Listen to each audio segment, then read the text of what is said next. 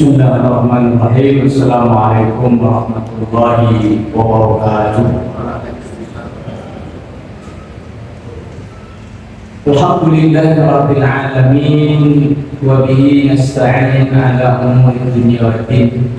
Asyhadu an la ilaha illallah wahdahu la syarika lah.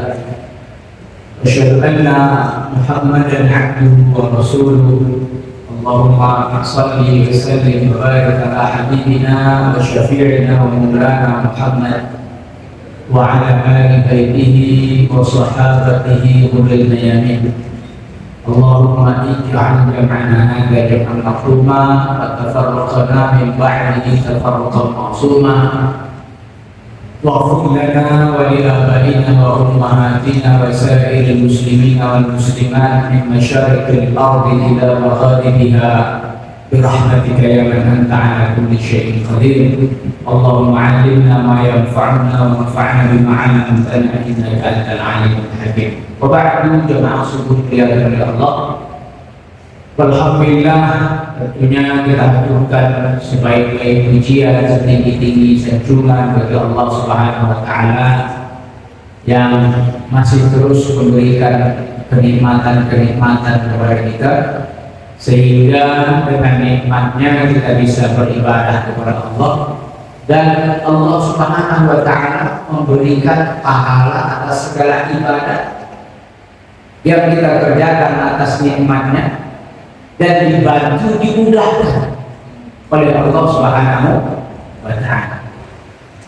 Alhamdulillah, di subuh pagi ini kita bisa mengerjakan syariat sholat fardu berjamaah, sekaligus juga kita bisa mulai menjalani ibadah puasa Ramadan. Ditambah nanti mungkin kita tutup kegiatan di pagi hari ini dengan sholat 2 rakaat, sholat subuh. Kata Nabi Sallallahu Alaihi Wasallam, siapa yang sholat subuh 2 rakaat tidak beranjak dari tempatnya, artinya tidak keluar dari masjid sampai terbit subuh, lalu dia tutup dengan 2 rakaat, maka seperti dia menyelesaikan umrah kamilatan kata Nabi, umrah yang sempurna. Jadi menunggu hanya lebih kurang 30-40 menit, ya, boleh dengan ta'lim, boleh dengan membaca Al-Quran, boleh dengan zikir, boleh dengan doa, sampai terbit subuh, terbit matahari, tunggu beberapa saat, kemudian kira-kira matahari meninggi melewati garis ufuknya, barulah kita sholat 2 rakaat, dan itu sudah membawa pulang pahala umrah. Jadi semua amalan-amalan kita karena nikmat Allah, semua amalan-amalan kita dibantu oleh Allah, dan amalan-amalan kita dimudahkan juga oleh Allah Subhanahu wa Ta'ala, sehingga tidak ada alasan bagi kita untuk tidak bersyukur lagi kepada Allah Subhanahu wa Ta'ala. Yang syukur diakan oleh Allah, salawat salam bagi baginda Nabi. Allahumma shalli ala sayyidina Muhammad wa ala ali sayyidina Muhammad. Beliau adalah qudwah kita, Nabi terakhir diutus oleh Allah. Meskipun dalam riwayat disebutkan, kata Nabi, aku adalah awal makhluk yang diciptakan, tapi terakhir diutus. Karena ini adalah Nabi paling penting, ini adalah Nabi kuncinya para Nabi, asyraful anbiya, yang paling mulia. Ini adalah ibaratnya makanan, ini hidangan penutupnya Nabi Sallallahu Alaihi Wasallam. Karena tidak ada Nabi, tidak ada Rasul setelah beliau. La Nabiya wala Rasul ba'da. Tidak ada Nabi, tidak ada pula Rasul setelah Nabi Sallallahu Alaihi Wasallam. Selain beliau adalah Nabi terakhir, beliau juga adalah manusia terakhir yang bisa menerima wahyu. Bulan puasa kemarin di daerah kami Sumatera Utara, tebing tinggi namanya, ada nabi palsu di Indonesia.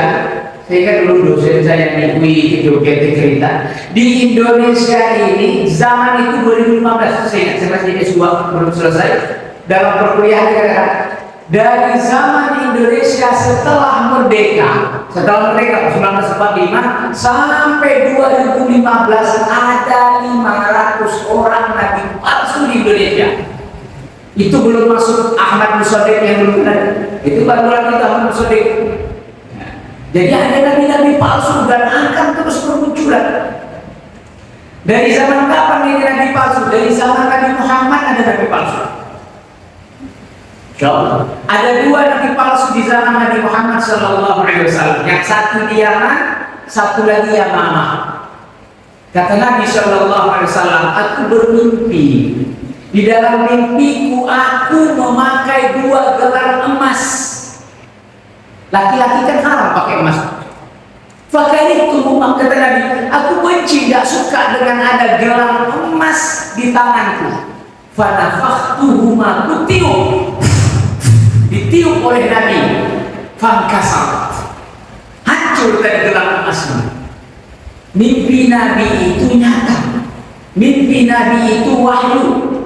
Lalu ditanya oleh sahabat, bima awalka ya Rasulullah, apa takwil mimpimu itu ya Rasul?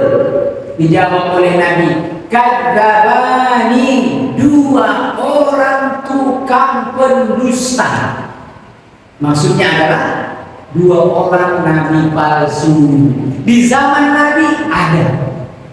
Yang satu di Yaman dikirim oleh Nabi seorang sahabat untuk menyelesaikannya. Diselesaikan oleh sahabat, terbunuh. Namanya Al-Qudusi yang ada di Yaman. Kemudian ada pula di Yamamah. Kalau sekarang Yamamah itu adalah Riyadh, ibu kota Arab Saudi. Riyadh sekarang Yamamah. Yamamah itu namanya Musailamah, tapi oleh para ulama dikasih nama Musailimah. Musailamah sama Musailimah itu apa ya kalau kita bilang kerdilnya, kecilnya gitu, diminikan. Ada Umar, ini Umar besar, ada Umair, Umar kecil. Ada Musailamah, ada Musailimah. Musailamah itu udah kecil dari Salim, Musalim, jadi Musailim, jadi dikecil, udah kecil, dikecilkan lagi. Musailimah ditambahi oleh Nabi Al-Kadzab, pendusta. Jadi kau boleh kita menyebutnya Musailamah, boleh juga menyebutnya Musailimah. Para ulama lebih banyak menyebutnya Musailimah Al-Kadzab. Mininya Musailim, Kadzab, pendusta. Jangan kira Pak ini orang hebat. Kenapa dikatakan hebat? Karena dia pernah datang kepada Nabi. Dari Yamamah datang kepada Nabi di Madinah sekitar 40 orang. Sampai di Madinah 39 orang ini langsung bertemu dengan Nabi, dia gak ikut. Ngapain? Jagain unta di parkiran. Ya sederhananya tukang parkir lah. Dia di parkiran, ditangkaplah oleh Nabi yang datang. Singkat kisah, singkat cerita, begitu mereka pulang, Nabi kasih hadiah, masing-masing dikasih hadiah oleh Nabi. Nabi tanya, sudah semua dapat? Ada yang belum? Ya Rasul, ada yang belum. Siapa itu? Teman kami Musailamah. Dia itu jagain unta-unta kami di parkiran. Kau kata Nabi, oh itu pun bagus, bagus. Tolong titipkan ini kepada Musailamah, hadiah dariku. Jadi adabnya Nabi kepada para tamunya tidak ada pulang dengan tangan kosong. Jadi jangan aneh kalau kita datang ke rumah Habib, Habib ngasih sesuatu. Memang akhlaknya Nabi begitu, dicontoh oleh anak cucunya. Saya datang ke Habib Mahdar, kita bawa sesuatu, dia juga ngasih sesuatu. Adabnya memang begitu, orang-orang soleh dulu gitu. Ya, adabnya Nabi, kasih semua tamu datang, senang. Begitu diterima oleh Musailamah, bukan main Pak. Jumawa dia, sombonglah dia. Dia katakan tuh Muhammad saja masih menganggap aku. Masya Allah. Sampai sini belum begitu heboh Musailamah. Kenapa? Karena dia melihat potensi besar. Kalau yang dia kasih saja segini, berapa lagi yang memilikinya? Kan logikanya dia kasih ke orang 10 kali 40, berarti dia punya lebih banyak lagi. Wah, enak juga nih kalau jadi nabi. Salah satu dari mereka yang 40 ada yang tinggal, yang lain pulang ke Madinah, pulang ke Yamamah. Satu orang tinggal di Madinah namanya Nahar. Nahar ini berguru kepada Nabi Shallallahu Alaihi Wasallam, langsung menerima Al-Quran dari Nabi, belajar Al-Quran dari sahabat-sahabat Nabi berhari-hari, berminggu, berbulan-bulan. Akhirnya dia pulanglah ke Yamamah. Begitu pulang ke Yamamah, ditemui oleh Musailamah. Dia katakan, Nahar, apa yang kau pelajari dari Muhammad? Disebutkanlah Al-Quran begini-begini, segala sesuatu. Dia sebutkanlah apa yang dia pelajari dari Nabi Shallallahu Alaihi Wasallam. Kata Musailamah apa? Sebenarnya aku juga Nabi kayak Muhammad. Kamu mau nggak jadi wakil Nabi? Dia ada wakilnya Nabi. Kata Nahar, nggak ada Nabi terakhir adalah Muhammad. Tidak ada Nabi setelah dia. Kata ya Musailimah, ada aku Nabi seperti Muhammad. Dia tetap mengakui Nabi Muhammad sebagai Nabi, tapi dia juga Nabi. Tuh.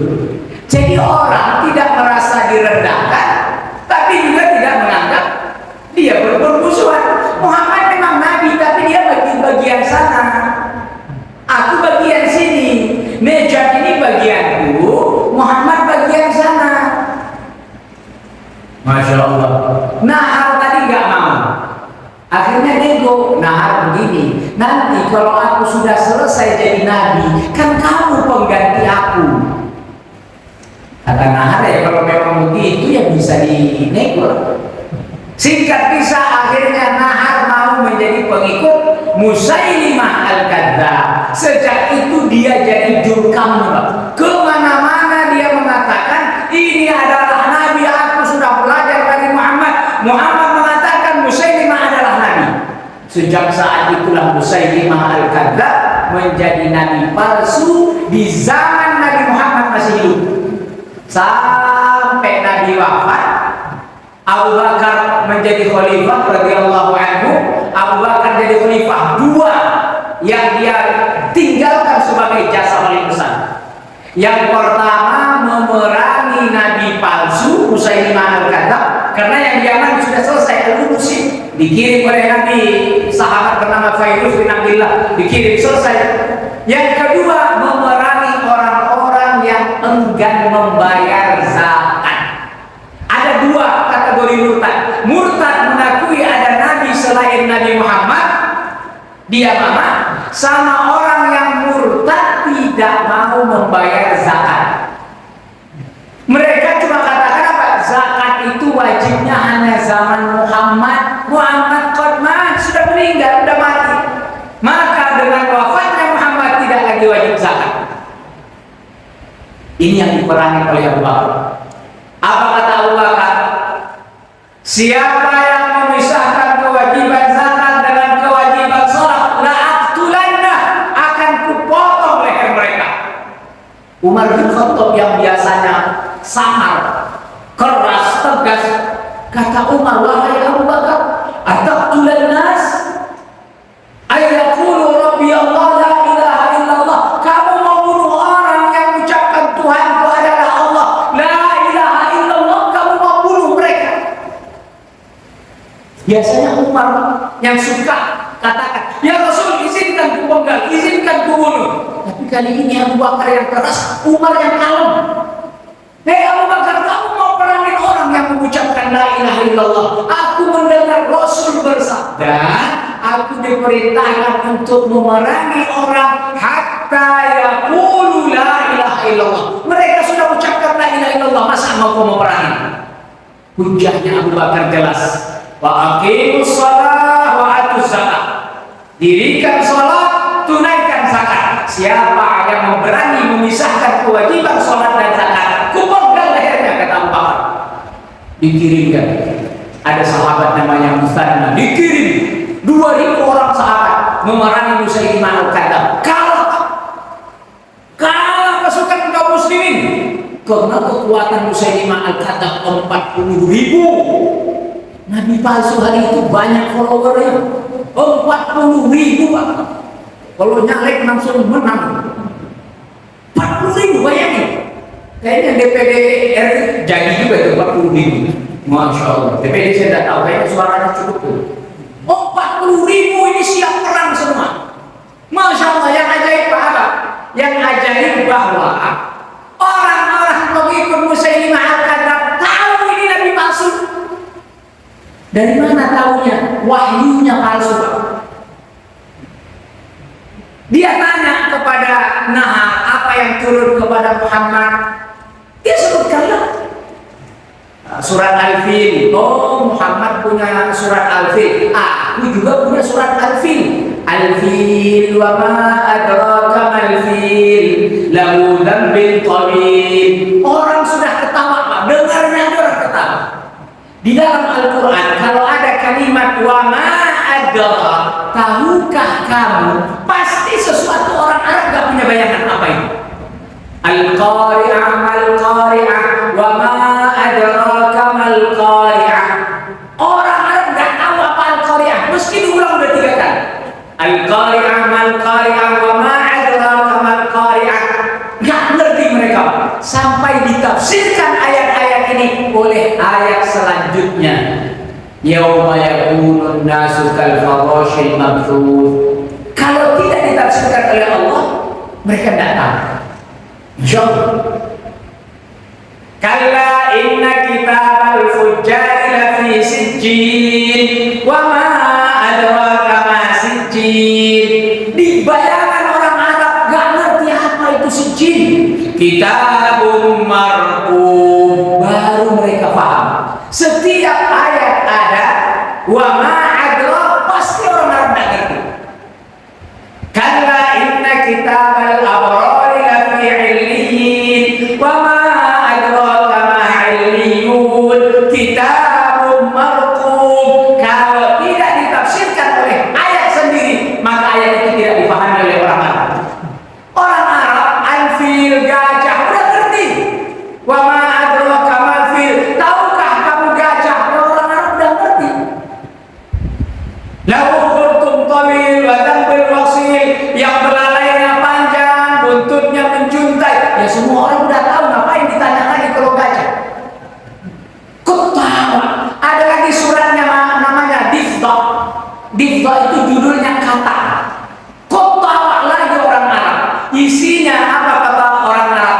Isi suratnya Musailimah Al-Kadzdzab ini tidak jauh dari 2 jengkal. Sejengkal perut sama sejengkal di bawah perut. Bayangin, ketawa orang Arab. Apa kata mereka? Kadbul mudhar ahabbu ilaina. Dustanya mudhar. Mudhar ini adalah apa kalau bahasa kita ini? Moyangnya orang sana, orang Yaman. Ahabbu ilaina, lebih kami sukai, meskipun dusta, bohong, tetap kami sukai daripada benarnya Muhammad. Begitu fanatiknya orang. Yang penting ini kelompok kami keturunan Mudhar, maka Mudhar lebih kami percaya meskipun kami tahu itu bohong. Bayangin, sehingga 40.000. Bahayanya fanatik itu begitu, ta'assub. Ta'assub dalam agama disebut ta'assub. Karena satu suku, satu daerah, ya, maka apapun dibela, diterima. Sehingga 40.000 orang menjadi pengikut Musailimah Al-Kadzdzab. Kalah pasukan muslimin di zaman Abu Bakar, dia kirim lagi surat. Kalau kamu tidak balik kepada Islam, akan kukirim pemukul yang paling keras. Ibarat kita hari ini bom atom kujatuhkan di Yamama. Oh, Jumawa orang Yamama. Beneran dipanggil Khalid bin Walid, dikirim oleh Abu Bakar As-Siddiq, tumpas. Khalid bin Walid cuma bawa 3.000 pasukan, dihajar Khalid bin Walid, habis Musailimah Al-Kadzdzab. Masya Allah.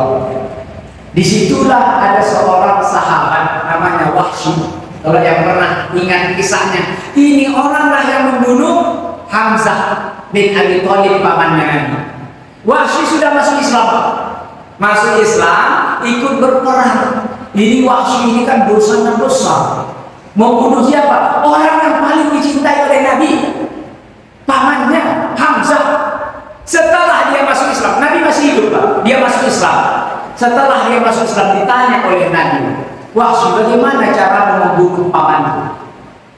Diceritakan oleh Wahsy. Dia katakan, sebenarnya saat itu aku antara hidup dan mati. Aku ikut perang Uhud itu tidak lain targetku cuma Hamzah tok. Karena dengan membunuh Hamzah aku bisa merdeka. Gimana caranya? Aku tobat, aku face to face berhadapan dengan Hamzah. Aku sudah merasa matilah aku di depan Hamzah, tapi ternyata Hamzah lah yang mati. Tobat. Masya Allah. Hati Nabi itu sakit Pak dengan wafatnya paman. Setelah Wahsy masuk Islam, kata Nabi, Wahsy, menjauhlah kamu dari itu, karena dengan melihatmu aku teringat dengan pamanku. Wahsy Pak, setiap ada Nabi dia menghindar. Kenapa? Dia merasa dosanya besar. Kalau dia menampakkan diri di hadapan Nabi, Nabi sedih. Dia tidak mau membuat Nabi sedih. Tapi apa yang terjadi di akhir ayat yang kata Wahsy apa? Aku membunuh orang yang paling dicintai oleh Rasul. Aku juga membunuh orang yang paling dibenci oleh Rasul, yaitu Musailimah al-Kadzdzab. Nabi Muhammad. Selesailah Musailimah al-Kadzdzab. Masya Allah. Urusannya apa? Wahyu. Wahyu Nabi asli datang dari Jibril, dikirim oleh Allah Subhanahu wa Ta'ala. Wahyunya Musailimah al-Kadzdzab palsu, tidak ada wahyu, tidak ada yang konkret. Lalu muncul pertanyaan. Saya yang nanya ini teman saya di Jakarta, dia berteman dengan orang non-Muslim. Dari mana kalian tahu kalau yang datang kepada Muhammad itu Jibril?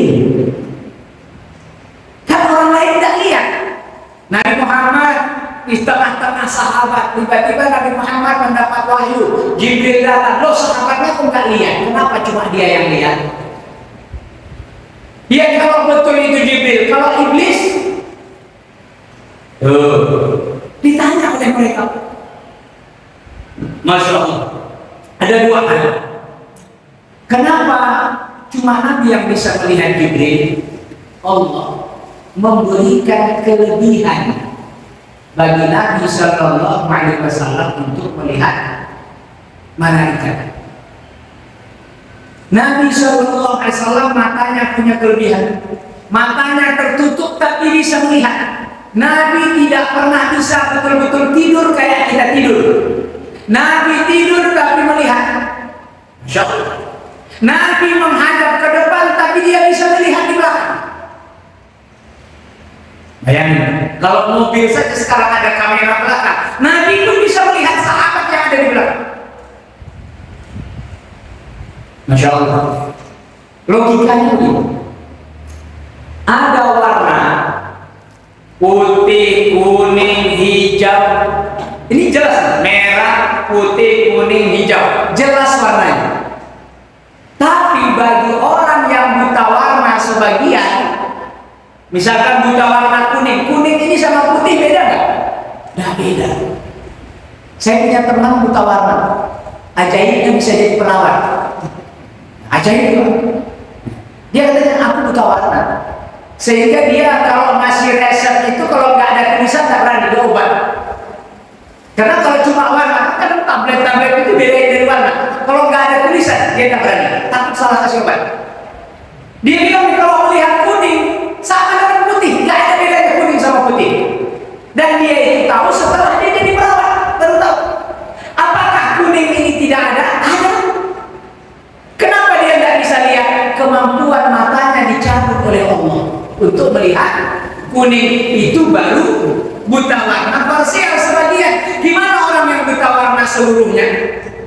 Kayak kita nonton TV tahun 80, tidak ada warna Pak, abu-abu semua. Apakah warna tidak ada? Ada. Tapi tampak di mata orang yang buta warna seluruhnya total semua abu-abu. Jadi kira-kira analoginya begitu. Apakah Jibril tidak ada? Ada.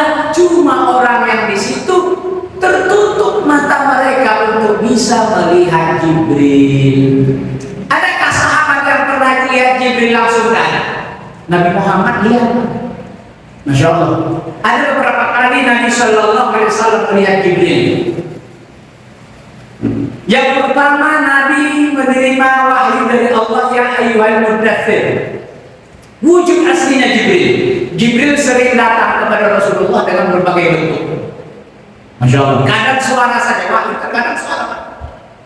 Wahyu itu datang terkadang kayak suara lonceng. Mendung ini di telinga Nabi. Ringing saja, apa ringing ini ya? Rodin. Ringing lah, dengung, kayak suara tawa. Itulah wahyu yang paling berat. Qaulan tsaqilan, kata Allah. Perkataan yang berat, bukan berat ini berat pertanggungjawaban, tidak.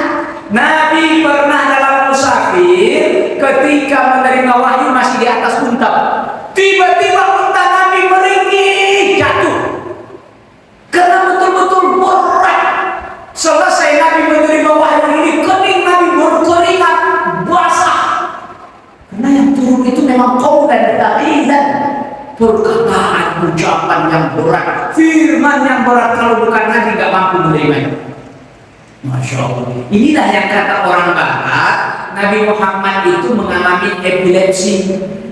Itu bukan wahyu kepada Muhammad, itu epilepsi. Kambuh epilepsinya Muhammad. Coba cari di dunia, ada nggak orang yang epilepsi tiba-tiba kalau sudah kambuh bisa bikin air? Ada? Gak ada. Orang epilepsi, saya punya kenalan epilepsi. Setiap kamu, ya berbagai macam. Kalau orang bilang sawan, adakah orang yang sawanan habis itu bisa ngarang syair? Nggak ada. Coba baca Al-Quran 114 surat 30 juz. Ya, orang Indonesia bilang 6.666 ayat. Padahal nggak ada cantik. 6.600, nggak nyampe. Insya Allah 6.300 saja, 6.323 kalau nggak salah. Cuma orang Indonesia suka angka cantik 6.666. Padahal kalau dihitung enggak. Cuma ya terlanjur kita di Indonesia. Sama dengan berapa lama wahyu turun kepada Nabi Muhammad? 22 tahun, 2 bulan, 22 hari. Enggak ada angka secantik itu. Masya Allah. 22 tahun lebih, iya. Nggak nyampe itu 23, betul. Tapi bukan secantik itu. 22 tahun, 2 bulan, 22 hari. Mungkin 22 ya, 22 jam, 22 menit. Itu nanti orang Indonesia itu. Masya Allah. Jadi bagaimana mungkin Al-Quran sehebat itu bisa ditulis oleh seorang yang epilepsi ayan? Nggak mungkin. Cari di belahan dunia mana, gak ada orang ayan, orang epilepsi, orang yang sawan yang bisa menulis ayat seindah itu, gak mungkin. Ditambah lagi Nabi Muhammad tidak bisa menulis membaca. Nabiul Ummi. Ummi itu adalah orang yang tidak punya budaya tulis dan baca. Orang Arab sebelum Islam, sebelum Al-Quran turun, tidak ada budaya menulis membaca. Budaya mereka menghafal. Orang Arab itu menghafal jago. Sampai hari ini kami punya teman di Al-Azhar itu kan orang Arab. Dia Masya Allah orangnya buta gak lihat, tapi hafalannya kencang. Kita baru ketemu sekali, besok ketemu lagi, maafnya cium bau badannya kita aja kita. Ada Ismail di sini ya, mana dia ya? Kok kamu tahu? Baunya ada. Masya Allah. Dia tahu yang mana Ismail, yang mana Hasan, yang mana Husain. Ngerti, cuma modal dengar suara. Itu mungkin orang buta Pak Ustaz, sama aja kalau di sini. Yang tidak buta juga begitu. Ini kita cuma ketemu sekali sekitar 5 menit, 10 menit berbincang. Bisa, nanti ketemu lagi 2 minggu kemudian. Dia masih ingat siapa kita. Memang orang Arab logika apa ya? Memorinya kuat dari kita. Kebudayaan orang Arab dari dulu menghafal, khususnya orang-orang Arab Saudi lah kalau sekarang, atau dulu orang sekitar Makkah, Madinah. Masya Allah. Ini budaya mereka menghafal, bukan menulis. Syair-syair sampai hari ini, syair-syair zaman jahiliyah itu ada. Ada syairnya Al-Mutanabbi, dihafal sampai sekarang, bukan ditulis. Tapi dulu belajar pelajaran adab namanya. Adab itu sastra Arab yang dipelajari syair-syair jahiliyah. Dosen kami itu masuk tidak bawa buku, Pak. Syair beratus-ratus bait dia bacakan, kami melihat dalam buku persis. Jadi semua syair di dalam buku itu dia hafal. Bahasa syair lebih sulit dari bahasa Al-Quran. Masya Allah. Terkadang yang di buku salah, kami baca dia kan salah. Halaman sekian juga salah, halaman sekian juga salah. Masya Allah. Syekh Ali Jum'ah itu ulama besar Mesir. Dia punya 6 cetakan Sahih Bukhari, syarah penjelasan Sahih Bukhari. 6 cetakan. Dari 6 cetakan ini semuanya dia tahu. Cetakan ini salah halaman sekian, bab sekian, hadis nomor sekian. Cetakan ini yang salah hadis nomor sekian, bab sekian, halaman sekian. Kalau kita bilang kayak Ustaz Adi Hidayat, salah dia ngerti. Memang budaya mereka budaya mengingat menghafal luar biasa. Makanya Al-Quran juga diturunkan, dihafal langsung oleh kaum muslimin di zaman Nabi Shallallahu Alaihi Wasallam. Masya Allah. Karena Nabi mengerti tidak semua orang kuat hafalannya, maka disuruh juga oleh Nabi tulis. Sampai kata Nabi, jangan ada yang kalian tulis dariku kecuali Al-Quran. Kecuali Al-Quran. Tidak boleh ada yang menulis kecuali Al-Quran. Masya Allah. Jadi hadis pun hari itu gak boleh ditulis, Pak. Gak boleh ditulis. Tapi ada juga yang kata Nabi, fulan tuliskan kepada Bani Fulan tentang zakat. Kalau sekian ekor kambing, zakatnya sekian, seekor unta, zakatnya sekian, sekian ekor, zakatnya sekian. Itu juga hadis Nabi. Sehingga inilah menjadi dalil bagi para ulama boleh menulis hadis. Tadi kan dilarang oleh Nabi. Nah ini disuruh oleh Nabi. Berarti pelarangan itu ada tujuannya. Apa tujuannya? Agar tidak bercampur mana Al-Quran dan mana hadis. Dilarang oleh Nabi, jangan tulis selain Al-Quran. Maksudnya apa? Supaya kalian gak mencampur adukan yang mana ayat, yang mana hadis. Masya Allah. Makanya penulisan hadis nanti lebih kurang hampir penuh 100 tahun baru dibukukan hadis. Selama 100 tahun pertama itu hadis gak ditulis, dihafal. Barulah ditulis. Di zaman siapa? Di zaman Umar bin Abdul Aziz. Karya yang paling fenomenal ditinggalkan oleh Umar bin Abdul Aziz adalah menulis hadis. Dia khalifah. Masya Allah. Dia tunjuk seorang ulama bernamanya Muhammad bin Syihab Az-Zuhri, digelar Az-Zuhri. Syihab, tolong tulis hadis-hadis Nabi. Udah hampir 100 tahun penuh, 99 tahun Hijriah. Masya Allah.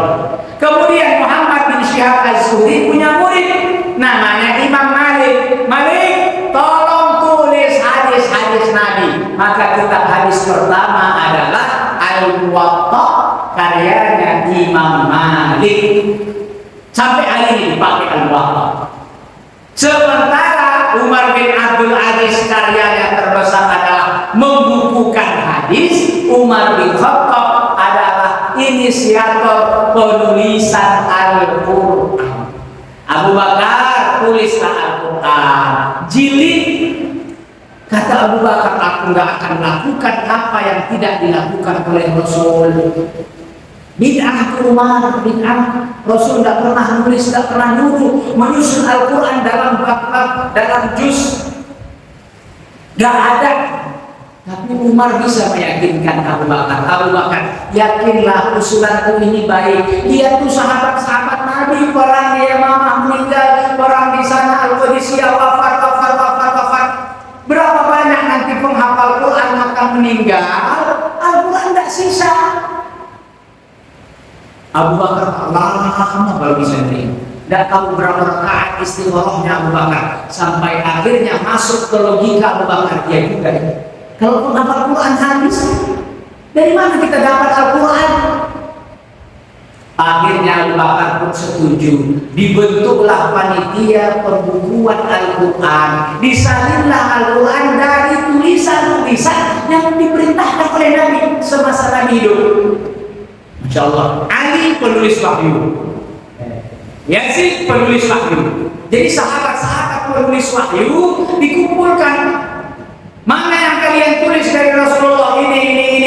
Dibikinlah panitianya, dikoreksi, dilihat, dicari, dikumpulkan. Mulailah disusun dari Al-Fatihah sampai surat An-Nas. Padahal bukan Al-Fatihah pertama turun. Yang turun pertama adalah Iqra bismi rabbikal ladzi khalaq. Pak Ustaz, kenapa Al-Fatihah yang pertama bukan Iqra? Karena memang begitu kata Nabi. Kata Nabi, ini letakkan di depan, ini letakkan di sini. Ayat ini selipkan antara ayat ini dengan ayat ini. Karena Al-Quran tidak turun satu surat. Al-Baqarah turun, sekian ratus ayat. Tidak. Surat Al-Alaq turun pertama kali cuma 5 ayat. Yang selanjutnya nanti belakangan Pak baru turun. Nanti belakangan baru turun. Setelah Al-Alaq 5 ayat turun pula surah Al-Mudaththir. Setelah itu turun pula Al-Muzammil. Al-Alaq belum selesai. Masya Allah. Nabi lagi di dua Hira, tiba-tiba datang Jibril memeluk dia. Iqra. Kata Nabi, mana anak kau ya? Tidak bisa baca. Terjadi pada 17 Ramadan. 17 Ramadan. Masya Allah. 17 Ramadan Jibril datang memeluk Nabi. Kata Nabi, aku nggak bisa baca. Dipeluk lagi kuat. Kata Nabi, aku nggak bisa baca sampai 3 kali. Iqra bismi rabbikal ladzi khalaq, khalaqal insana min 'alaq, sampai 5 ayat. Saat itulah Nabi sallallahu alaihi wasallam pulang ke Khadijah. 5 ayat itu langsung hafal Nabi. Langsung hafal. Karena budaya menghafal memang begitu hidup di kehidupan orang Mekah. Masya Allah. Selesai 5 ayat itu lama wahyu tidak turun. Ada yang mengatakan 6 bulan, ada yang mengatakan 3 bulan. Gak turun-turun wahyu. Sampai Nabi pun rindu. Mana yang kemarin datang ya? Itu gak kelihatan lagi ya. Kata Waraqah bin Naufal, itu adalah namus yang pernah datang kepada Musa menyampaikan wahyu. Itu juga yang datang kepada wahyu Muhammad. Kata Waraqah bin Naufal, kalau seandainya aku masih hidup nanti aku akan menjadi pengikutmu wahyu Muhammad. Tapi Waraqah bin Naufal usianya pendek, tidak sempat beriman kepada Nabi Sallallahu Alaihi Wasallam. Masya Allah. Akhirnya Nabi Sallallahu Alaihi Wasallam suatu hari mendengar ada yang memanggil-manggilnya. Ya ayyuhal muddatsir. Nabi cari di depan, di belakang, keliling, gak ada. Ditolehkan pandangannya ke atas. Apa kata Nabi? Tablugul afaq. Penuh langit ini. Dari timur ke barat isinya Jibril sendirian. Jibril menampakkan wujud aslinya kepada Nabi Sallallahu Alaihi Wasallam. Kapan? Ketika Nabi menerima wahyu kedua. Nanti Nabi akan menunjukkan wujud aslinya. Jibril menunjukkan wujud aslinya kepada Nabi Sallallahu Alaihi Wasallam ketika Isra wal Mi'raj. Lahu sittumi'ah ajnihah. Kata Nabi, Jibril memiliki 600 sayap. Masya Allah. Turun wahyu kedua, Nabi pun masih ketakutan. Pulang lagi, zamiluni. Kalau tadi dastiruni, dengan dastiruni dia turun lagi wahyu kedua. Ya ayyuhal muddatsir. Kata Nabi, dari Iqra, selimuti aku. Dastiruni, wahai muddatsir, wahai orang yang muddatsir, yang berselimut.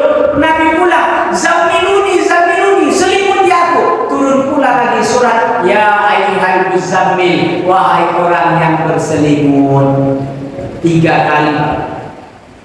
Masya Allah. Nabi didatangi oleh habis itu sudah terbiasa Nabi dengan Jibril alaihissalam. Pernah datang Jibril kepada Nabi Muhammad, Nabi lagi ngajar, lutut Nabi dengan lutut orang ini datang.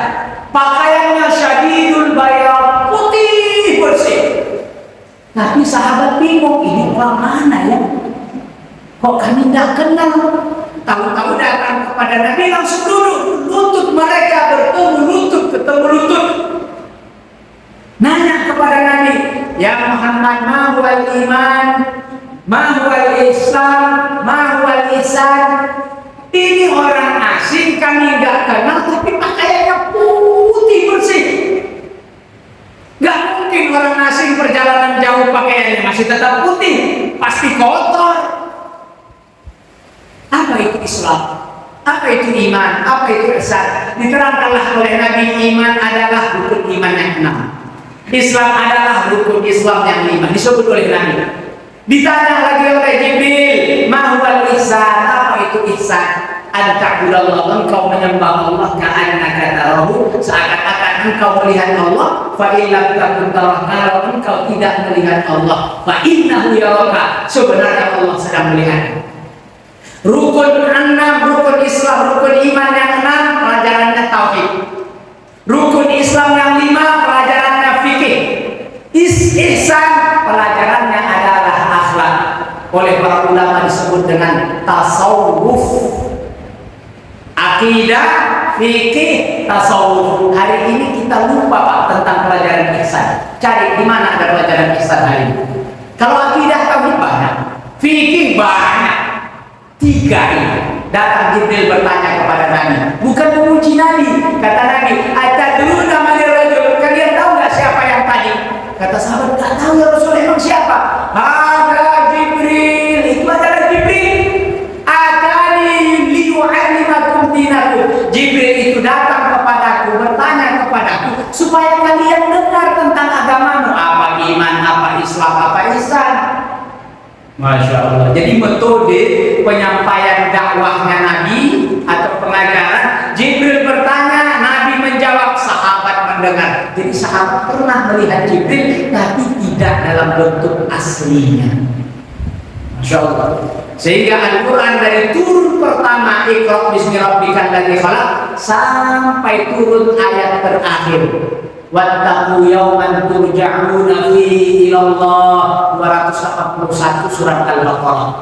Oh Pak Ustaz, kami tahunya bukan itu ayat terakhir, al-yawma akmaltu lakum dinakum. Itu yang masuk di Indonesia. Apakah itu salah Pak Ustaz? Sepenuhnya salah. Kata Ibnu Abbas, aku tahu kapan ayat diturunkan, di mana ayat diturunkan, untuk siapa dia turun, bagaimana dia turun. Aku tahu, kata Ibnu Abbas. Al-yawma akmaltu lakum turun 10 Hijriah, 11 Hijriah, ketika Nabi haji wada. Haji terakhir Nabi, waktu Nabi di Arafah, Mina Arafah, Armina, disitulah turun ayat itu, kata Ibnu Abbas. Ayat itu turun terakhir berkaitan tentang hukum. Jadi ayat terakhir turun tentang hukum adalah al-yawma akmaltu lakum. Tapi dari situ menjelang wafatnya Nabi masih ada waktu 3 bulan, kata Ibnu Abbas. Ada lagi ayat yang turun, wattaqu yawman turja'una fihi ilallah, dan seterusnya sampai ke ujung ayat 281 Al-Baqarah. Jadi yang pertama Iqra bismi rabbikal ladzi khalaq, yang terakhir adalah wattaqu yauman. Meskipun ada pendapat yang berbeda. Ada yang mengatakan Pak yang pertama turun adalah Al-Fatihah. Tapi pendapat minoritas, dalil hujahnya enggak kuat. Yang terakhir mengatakan al-yauma akmaltu lakum juga banyak. Tapi yang lebih kuat berdasarkan dalil-dalil yang valid adalah wattaqu yauman turja'una fihi ilallah. Jamaah sekalian dimuliakan Allah, inilah Al-Quran, inilah wahyu yang dikirim oleh Allah Subhanahu wa taala untuk Nabi kita Muhammad sallallahu alaihi wasallam. Setelah Nabi wafat tidak ada lagi wahyu, terputus kabar dari langit dari Allah. Putus. Andai kita salah, gak ada yang protes. Andai kita keliru, gak ada yang meluruskan. Kenapa? Wahyu udah stop. Zaman Nabi ada yang salah, turun wahyu. Ada yang keliru, turun wahyu. Sekarang nggak ada. Wahyu itu ada sudah dalam bentuk kitab. Taraktu fikum amrayni, kata Nabi, kutinggalkan untuk kalian 2 perkara, in tamassaktum bihima, kalau kalian pegang keduanya kalian yang akan tersesat. Apa itu? Kitabullah wa sunnati Rasulillah, kitab Allah dan sunnah Rasul. Pegang Al-Quran, pegang sunnahnya, kita jalan lurus, tidak akan tersesat. Sampailah kita kepada siratal mustaqim. Jemaah sekalian kepada Allah, waktu syukur sudah tiba, sengaja saya lewatkan 5 menit supaya lebih jelas. Mudah-mudahan Allah Subhanahu wa taala menerima seluruh amalan-amalan yang sudah kita lakukan, terkhusus amalan-amalan Al-Quran yang insya Allah kita akan termasuk di antara ahlul Quran, orang yang membaca Al-Quran. Kelak di kehidupan akhirat kata Allah, wahai pembaca Al-Quran, naiklah kalian setinggi-tinggi yang kalian bisa. Setinggi berapa ya Allah? Sejauh mana engkau membaca Al-Quran wahyu Allah, maka setinggi itulah surga kelak. Membaca, beruntung orang yang menghafal Quran, karena mereka akan lebih banyak membaca daripada yang tidak hafal Quran. Saya tidak hafal Pak Ustaz, tapi saya baca terus.